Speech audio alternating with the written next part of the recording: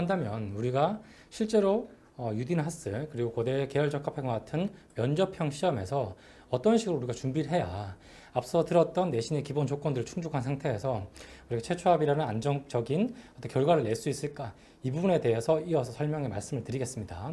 자, 지난 설명에서 한번 언급하셨던 것처럼 저희가 이제 매튜 선생님을 통해서 UD 강좌에 대해 이번 여름 방학 그리고 이제 9월, 10월이죠. 저희가 이제 10월 25일 날 1차 발표가 나는데요. 그 이전인 10월 23일까지 정규 강의가 유지되는 바 그때까지 저희가 어떤 일정으로 강좌를 진행하겠다. 소위 이제 강좌의 전체 스케줄에 대해서 말씀을 드릴 거고요. 이어서 하스나 고대 계열 적합형의 문제 유형 분석. 그러니까 지난해까지 나왔던 문제 유형이 과거 이전과 어떻게 다른지 우리가 이제 입시 결과에 대한 분석도 못지않게 중요한 것이 우리가 맞닥뜨리게 될 면접 문제에 대한 분석도 되게 중요한데요. 오늘 그 부분에 대해서 제가 좀 설명을 드리고 이 설명회를 마무리하도록 하겠습니다. 자, 먼저 매튜 선생님 모시고 UD에 관해서 설명드리도록 하겠습니다. 자, 우선 전체 부분은 강사 소개, 매튜 선생님과 저에 대한 소개를 먼저 드리고요. 매튜 선생님께서 UD 강의의 특징과 구성에 대해서 제가 말씀드렸던 것처럼 강의가 어떻게 진행되고 어떤 토픽이 시험 기출 문제에 주요 나왔었으며 그리고 우리가 다루게 될 이번 2020학년도 UD를 대비하는 어떤 방향의 수업 진도에 대해 말씀드릴 겁니다. 그리고 이어서 세 번째로 하스 및 고대 전형배 강의 특징에 대해서 제가 말씀을 드릴 거고요. 중요한 것들 이제 아마 이 설명회를 들으시는 학부모님께서 가장 중요하게 보시는 이제 저희 면접과 합격 실적과 그리고 몇 가지 사례들의 설명을 드리게 되겠습니다. 자, 마지막 강좌 안내까지 이어지게 되겠는데요. 먼저 매튜 선생님을 모시고 자 설명회를 진행하도록 하겠습니다. 해열. Thank you. Okay, so today I'm just going to talk about what I actually do in the class because sometimes people wonder what do we actually do. So first I'm going to show you what we need to prepare the students for. So previous topics, generally we have complex reading passages of a philosophical nature asking the students to make philosophical commentary, to make ethical decisions about what they're reading. It's a mix. Sometimes it's kind of more like an article from something like the Scientific American or National Geographic, as in sort of the human sacrifice in Peru type thing. But other times it's more old-fashioned type passages, such as we see with the Idols of the Cave and Idealism and Freedom. So the students need to be familiar with reading various kinds of texts. Also, it does use fiction. So actually in my textbook, I do include fiction just in case the students haven't been reading English fiction in quite a while. But generally, I can say three things about the interview. It's impossible to predict what will be on the interview. Nobody can do that. If they say that, they're lying to you. But what we can predict is that it does use these complex reading passages that are of a philosophical nature. They do require the students to make moral and ethical decisions about what they read to show who they are and what they think about things. I often show the Jasosa personal essay guidelines for Yonsei to sort of give students an idea of what kind of people the university is looking for. And oftentimes it does ask for these kind of global, local dimensions. What are your responsibilities to the people around you and to the world? And then finally, also to put yourself in other people's shoes.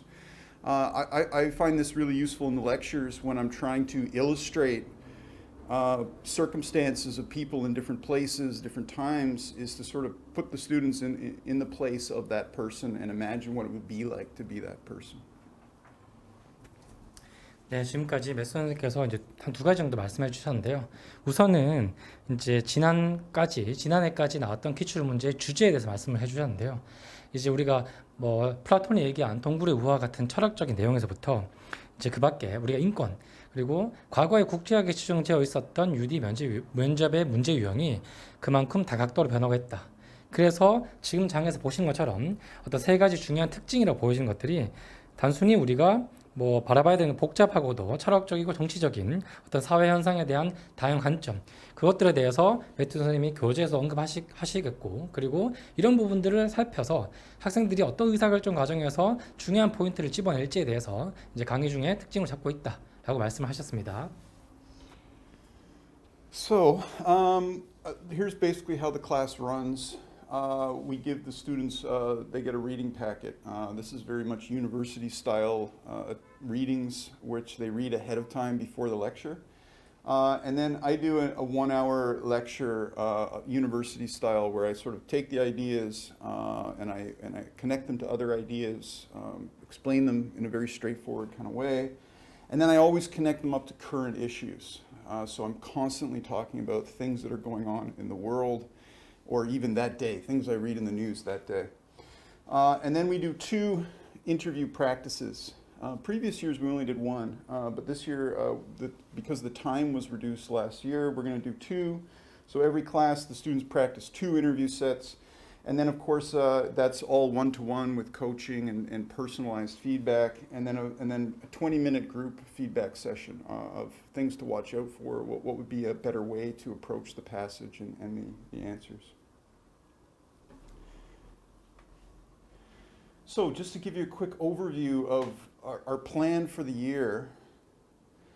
In the summer, I begin with the foundations of ethics, liberalism, and justice. This is a kind of like crash course in philosophy that is at the foundation of politics and economics and society and the formation of the state, the social contract thinkers, social justice, that kind of thing.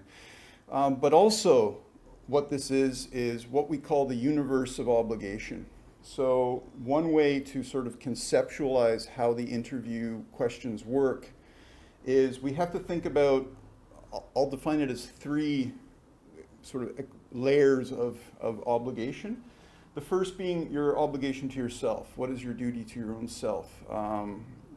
And your own priority to yourself. So we get into ideas of ethics here, Kantian ethics, but also Nietzsche and existentialism and that kind of thing.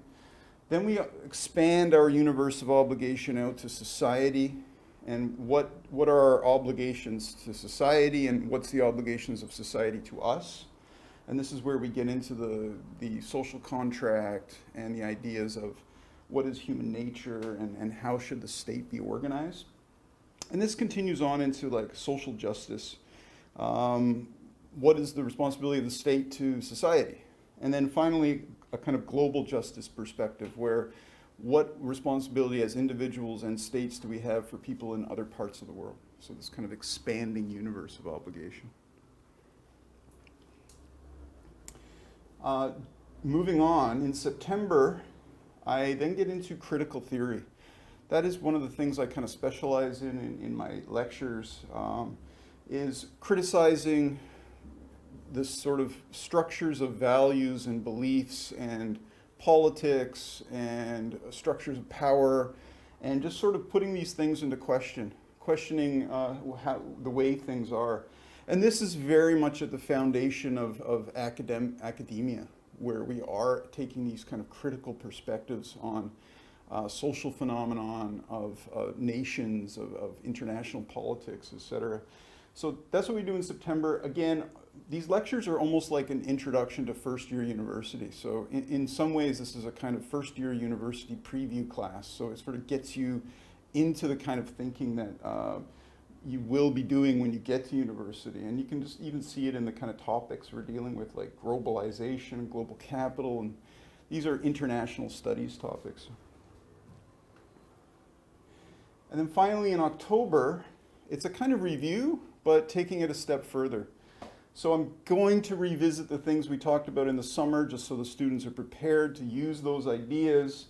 But at the same time, I'm sort of taking it one step further and showing the connections throughout everything that we've done throughout the entire season.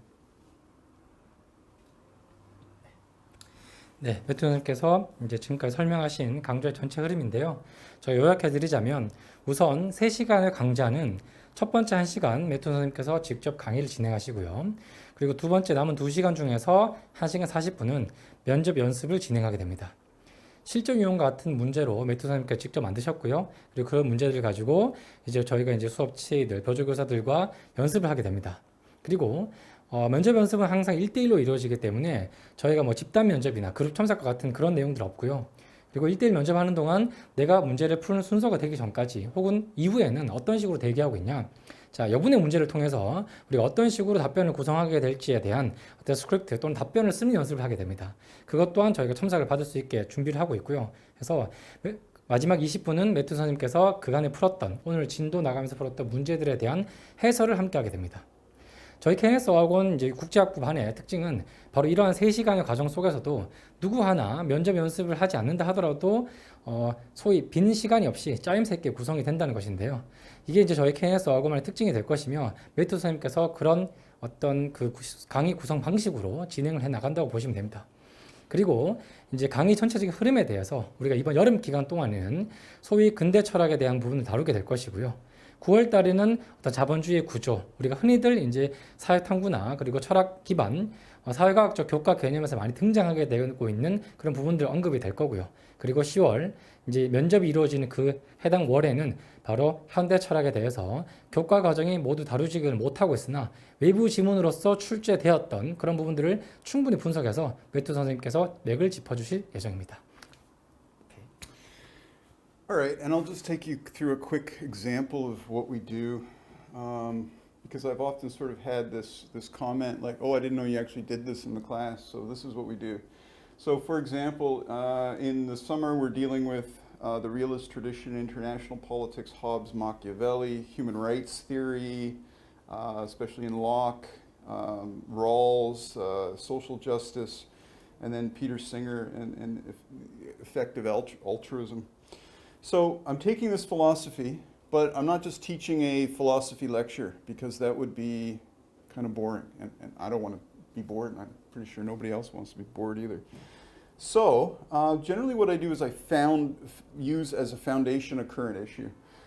So I do spend quite a bit of time in previous years, last couple of years, I've been spending a lot of time on China, their treatment of the Uyghurs in Xinjiang, Western China, Northwestern China. Hong Kong, because it's been sort of going off. I also talk about the social credit system in China and the surveillance of its citizens, and I will still talk about those things. But this year, I think, and I've been wanting to bring this in previous years, but this year I really want to get into Israel and Palestine.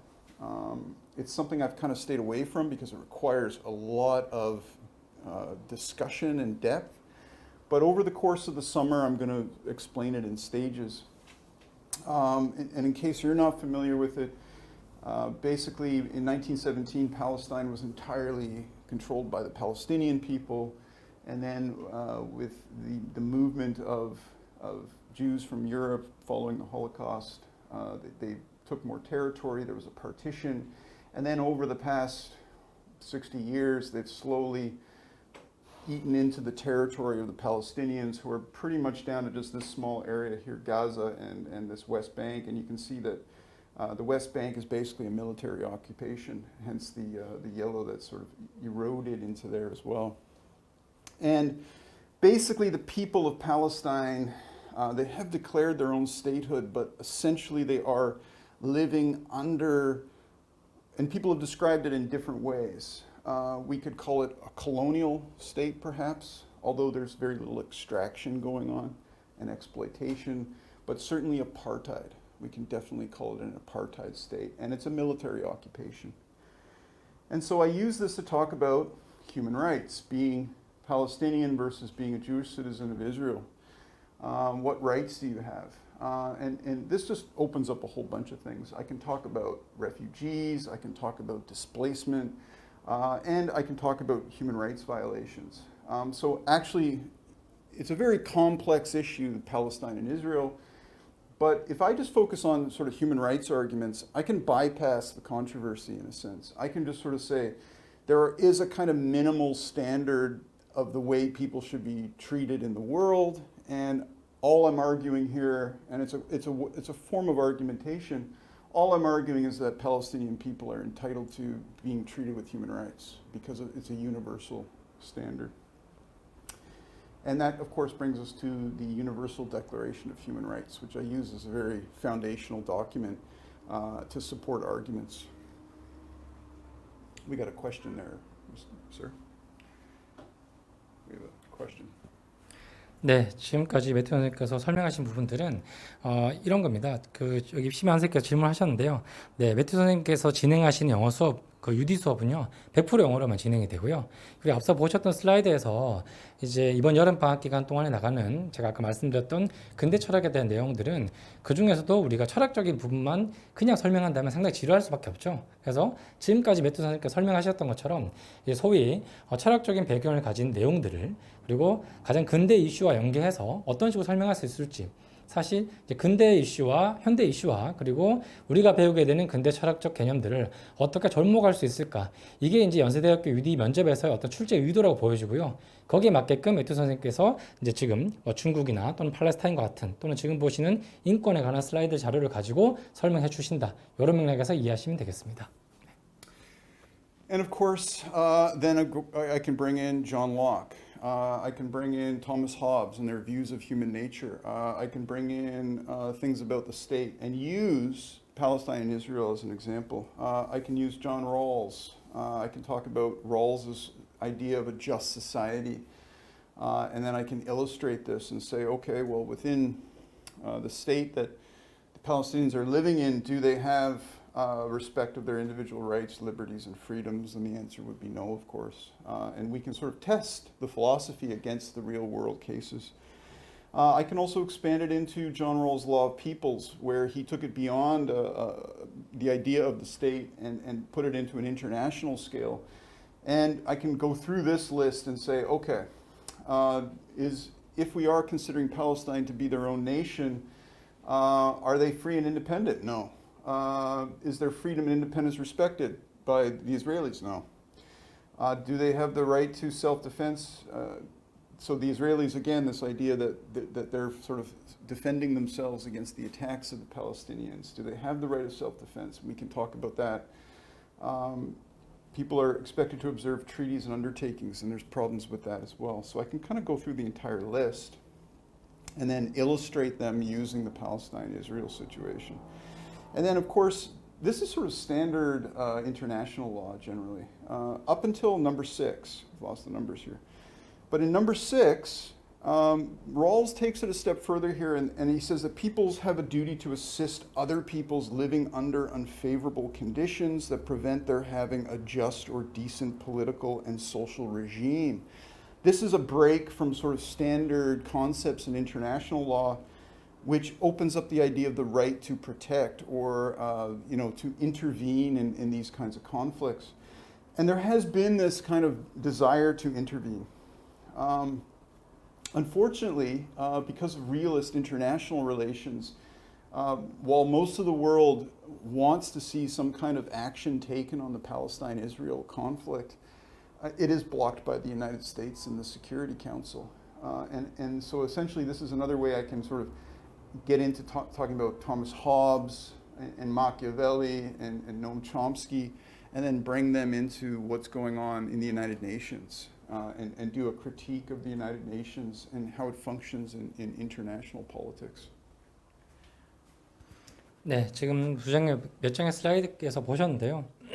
매튜 선생님께서 이번에 이제 얘기하시고자 하는 수업의 중요한 주제들, 자, 아까 보셨겠지만 우리가 저널스라고 얘기하면 대부분의 교과 과정, 생활과 윤리나 또는 윤리와 사상 과목에서는 저널스와 러버트 노직에 관해서 정의가 우선이냐, 분배가 우선이냐, 재산권이 어떠냐, 이제 이런 식의 교과 과정을 통해서 학교에서 배운 이외의 것들에 대해서 관점을 더 확장시키는 것은 못하고 있습니다. 아마 다수의 어떤 강의들도 그런 맥락에서만 이루어지고 있는데요. 아무래도 매튜 선생님께서는 그거보다 좀 더 확장된 개념으로서 가히 롤스가 얘기하고 있는 정의의 개념, 이 관점을 어떤 국제적 분쟁이나 또는 사회적 이해관계의 관점에서 다른 관점으로 볼 수는 없을까, 이런 얘기를 좀 보신 것 같고요. 그리고 마지막에 얘기하셨던 것처럼 우리가 롤스뿐만 아니라 그리고 그 밖에 첨스키나 그 밖에 책들이 얘기하고 있는 관점들을 우리가 근대 철학적 헙스와 로크의 관점에서 보자면 이건 또 어떻게 할 수 있을까? 이것들이 과거 연대에서 나왔던 맹자라는 것들이나 그리고 동굴의 우화 그리고 여러 철학자들과 연계된 시험 문제의 어떤 유형에 대한 분석이 이루어져서 이런 주제들을 가지고 설명한다고 보시면 되겠습니다.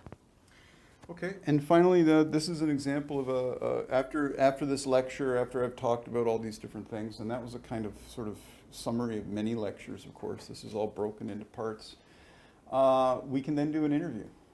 So here I've got an interview set that I've made with a guy named Spooner, who's a very early American jurist, talking about natural rights and natural law. And then talking about it, principles of justice, how does it fit in? And of course, getting the students to practice summarizing and responding to a somewhat antiquated but sophisticated passage. And then a passage from Moby Dick, actually, this is Melville, about Captain Ahab. And again, it just kind of practices the typical skills that the students are asked to do on the interview process. And then question 3, the relationship between the passages, and that's also very common. What is the relationship between passage A and passage B? And then we just coach the students through that. Practice interviewing, give personalized feedback. I keep a record of the students over the entire season so that I'm able to sort of tell them I'd like you to work on this, and then the next time I interview them, they can hopefully have worked on that, and then we can sort of build on their own strengths and sort of minimize their weaknesses. And everybody's different, of course, so that's why it's one-to-one interview. 네, 지금까지 매튜 선생님께서 이제 마지막 슬라이드로서 우리 강좌에서 실제로 이루어지고 있는 면접 문제 유형에 대해 말씀해 주셨고요. 내용적인 측면을 떠나서 이게 실제 면접에서 이루어지고 있는 시험 서식입니다. 서식에 맞게끔 저희가 매번 이번 24일 개강하는 수업에서부터 서식에 맞게끔 면접 연습을 시킨다는 것이고요. 또 하나는 이 연습 과정에서 우리가 실제 연습에서 이루어져야 되는 논리 구조라든가 연습의 진행 과정에 대해서 설명하실 거고요. 중요한 것들은 매튜 선생님께서 이런 학생들의 어떤 면접이 이루어지는 동안 조금씩 진전해 나가는 학생들의 데이터를 가지고 어떤 피드백을 주면서 이 학생이 어떤 방향으로 흘러갈 수 있는지에 대한 어떤 분석과 추적이 가능하다. 이런 것들로 우리가 실전 면접이 연습이 이루어진다는 거 판단하시면 되겠습니다. 자, 이제 마무리하겠습니다. 네. 자, 지금부터는 저희가 말씀드렸던 것처럼 하스 이하 한국어로 진행되고 있는 고대 계열 적합형 그리고 고대 학업부 수행에 대해서 앞서 성재현 선생님께서 말씀하셨던 어떤 지원과 합격의 전형 분석에 대한 부분들을 넘어서서 이제 그렇다고 한다면 우리가 지원 이후에 실제로 면접에서는 어떻게 준비하면 좋은지에 대해서 좀 자료를 보면서 설명을 드리겠습니다. 자, 먼저 연대하스 및 고대 전형별 강의 특징이라고 제가 말씀을 드렸지만 가장 중요한 부분은 우리가 중점적으로 봐야 되는 기출의 동향과 그리고 기출 분석이 되겠습니다. 자, 많은 학부모님들께서 궁금해하시는 부분이 어떤 원서를 어떻게 적절하게 배분해서 지원하느냐, 이게 이제 가장 첫 번째 고민이셨죠. 이걸 바로 성재현 선생님께서 설명하신 부분을 통해서 우리가 이해를 했다면 우리가 원서 접수 이후에 이 남은 면접 기간, 자, 상담이나 전화 면담을 주시는 많은 어머님들께서 제가 전화 상담을 진행하면서 이렇게 말씀을 드립니다. 9월 첫째 주에 수능 전국 모의고사, 둘째 주에 9월 3일, 10일부터 13일까지 원서 접수, 그리고 셋째 주에는 본의 아닌 게 중간고사가 있는 학교도 있고, 그 다음 주가 되면 바로 추석입니다. 9월은 그렇게 유야무야 흘러가고, 앞서 매튜 선생님께서 설명하셨던 것처럼 10월 달에 되면 당장 25일에 면접이 있습니다. 자, 11월에는 저희가 수능이 있고, 바로 그 다음 주가 되는 10월 22일 날 바로 발표가 나고 면접을 보게 됩니다. 연대 하스와 고대 학업부 수영이 면접일이 같은데 어떡할 거예요? 이런 행복한 고민은 그때 가서 천천히 하셔도 되고요. 우리가 가장 중요한 건 무엇입니까? 바로 이러한 시험 문제들이 어떤 방식으로 나왔고, 그리고 우리가 배우게 될 배우게 될 올해 입시에 관해서 기출 문제는 어떻게 다루고 있는지, 그걸 보는 게 상당히 중요하다고 보여집니다. 자, 먼저 기출 동향에 대해서 말씀을 드리겠습니다. 연대하스의 경우에는 지난해가 소통 공간 미디어 역할, 두 번째, 민주사회에 보이지 않는 지배구조 복잡성. 아마 19년도, 18년도 같은 경우는 앞서 매튜 선생님께서 말씀하셨던 과거 UD와 하스 시험 문제가 핫했던 시대의 면접 문제라고 보시면 됩니다. 그렇다고 한다면, 자, 재작년부터 변화된 연대, 하스, 국내고 학생들이 지원하게 되는 어떤 시험 문제 유형은 그야말로 우리가 보고 있는 바로 윤리와 사상, 생활과 윤리 과목에서 나오는 그런 내용들의 맥락이라고 보여집니다. 다만 뒤에 설명하겠지만 하스는 영어 지문, 지표, 그리고 국어 지문과 같은 다양한 제시문의 구성을 포괄하고 있으며 문제 역시 만만하게 주어지는 경우는 아닙니다. 자, 다음으로 고대 학업부 수형, 과거 고고 추천형과 유사하다고 제가 말씀드렸던 이유는 작년에는 지원 동기와 진로 희망에 대한 간단한 인성 면접으로 끝났었기 때문에 그 이전에 고고추 이용과 좀 비교를 해보자면요.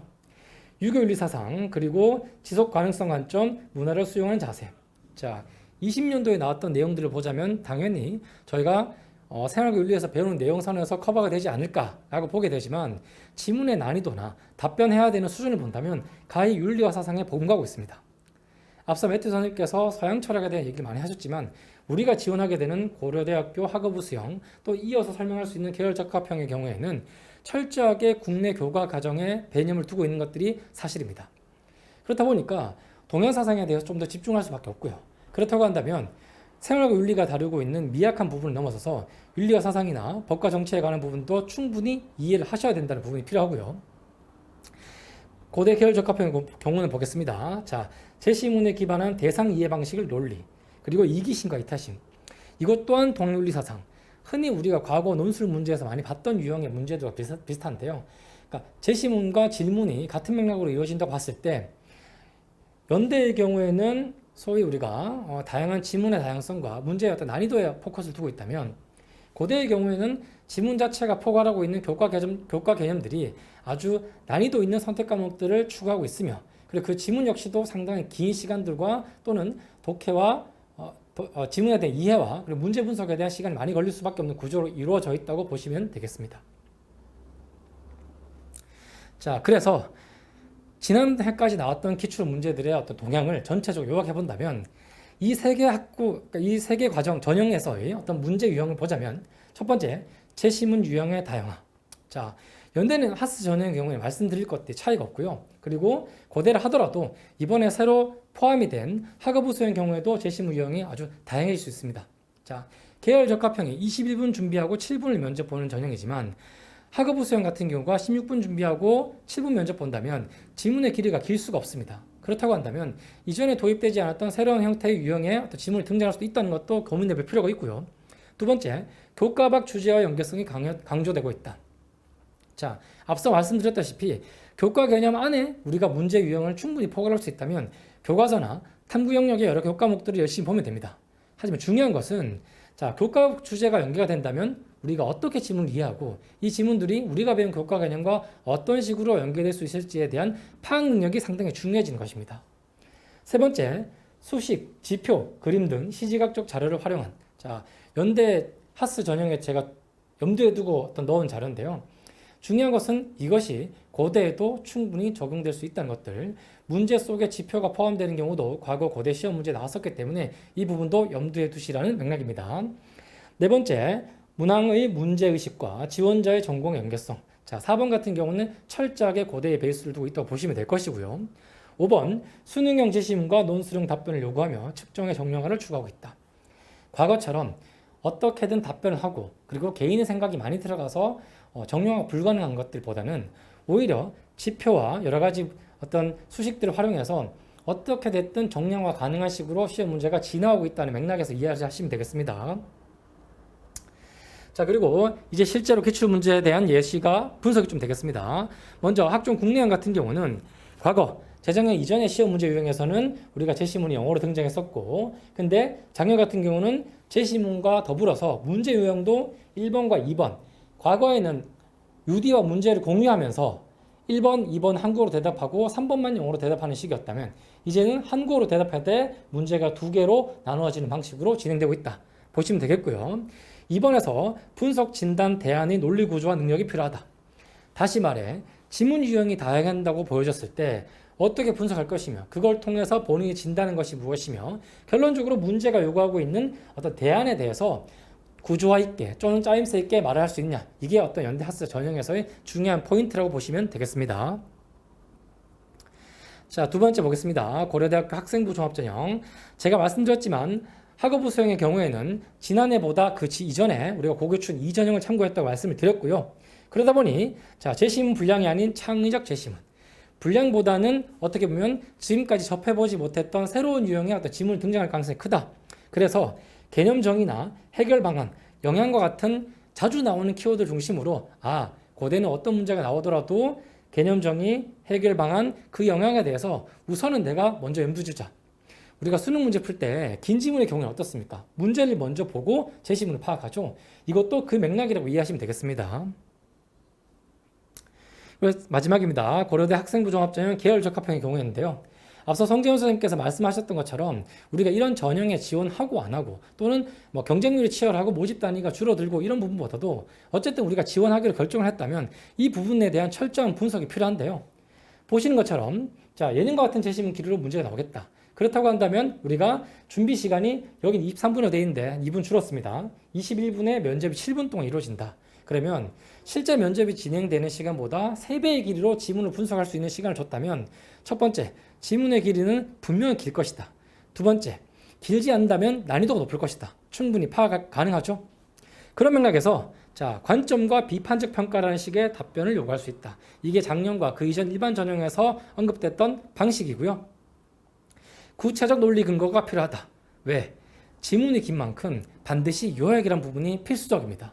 그러면 어떻게 요약할 수 있느냐 또는 요약한 내용들을 문제와 어떻게 구조화시킬 수 있을 것인가. 마지막으로 전공 관련 입장은 반드시 준비해야 된다. 지난 5년 동안 고대는 그게 제국민 특별 전형이나 혹은 우리가 알고 있는 일반 수시에서의 고교 추천 2 일반 전형, 지금 우리가 보시는 계열 적합형 문항에서 단 한 번도 지원 전공과의 연계성에 관련된 질문을 하지 않은 적이 없습니다. 무슨 말이냐? 무조건 어떤 제시문을 하더라도 지원 전공과 연계성은 반드시 염두에 두고 있어야 된다. 라는 것을 꼭 기억해 두셔야 됩니다. 이런 어떤 기출 분석을 바탕으로 저희가 진행하고 있는 저희 연대하스 고대 전형에서의 어떤 강의 구성은 우선 기출 기반 주제 강의를 진행하고요. 그리고 면접 연습을 하게 됩니다.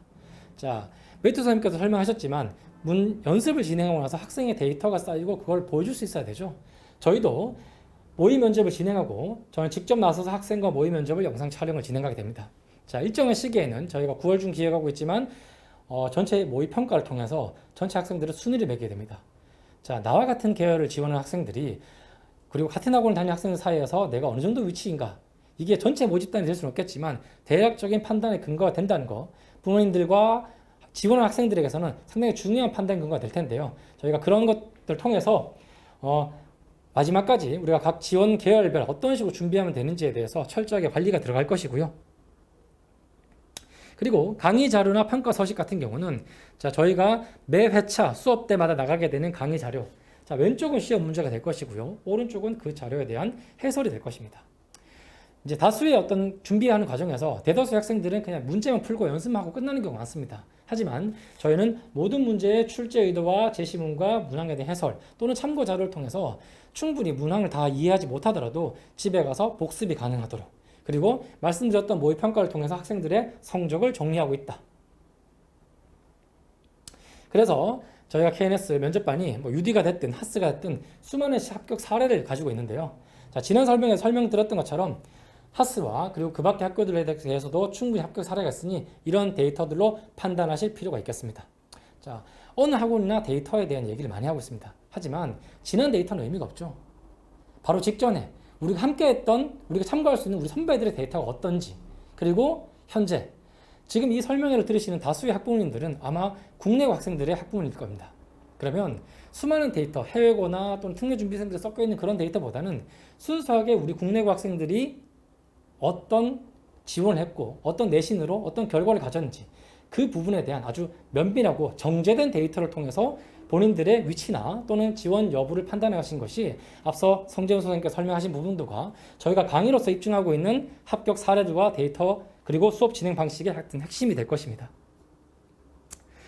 그래서 저희 정규반 강좌는 7월 25일 일요일 개강하고요. 아래의 시간표와 같은 방식으로 지금 보여드리고, 그리고 저희 KNS 특례 특기자 카페에서 설명드리고 있으니 그 부분 참고하셔서 문의를 주시면 되겠습니다. 마지막은 저희가 상담 안내와 그리고 저희 합격 실적입니다. 지난 10년간 수많은 학생들이 KNS 어학원을 통해서 아마 특목고 학생들은 더 잘 아실 겁니다. 합격 사례를 이루었으니까요. 이 설명을 들으시면서 준비를 하신 분들은 믿고 맡기셔도 될 것 같습니다. 지금까지 설명회를 마치겠습니다. 감사합니다.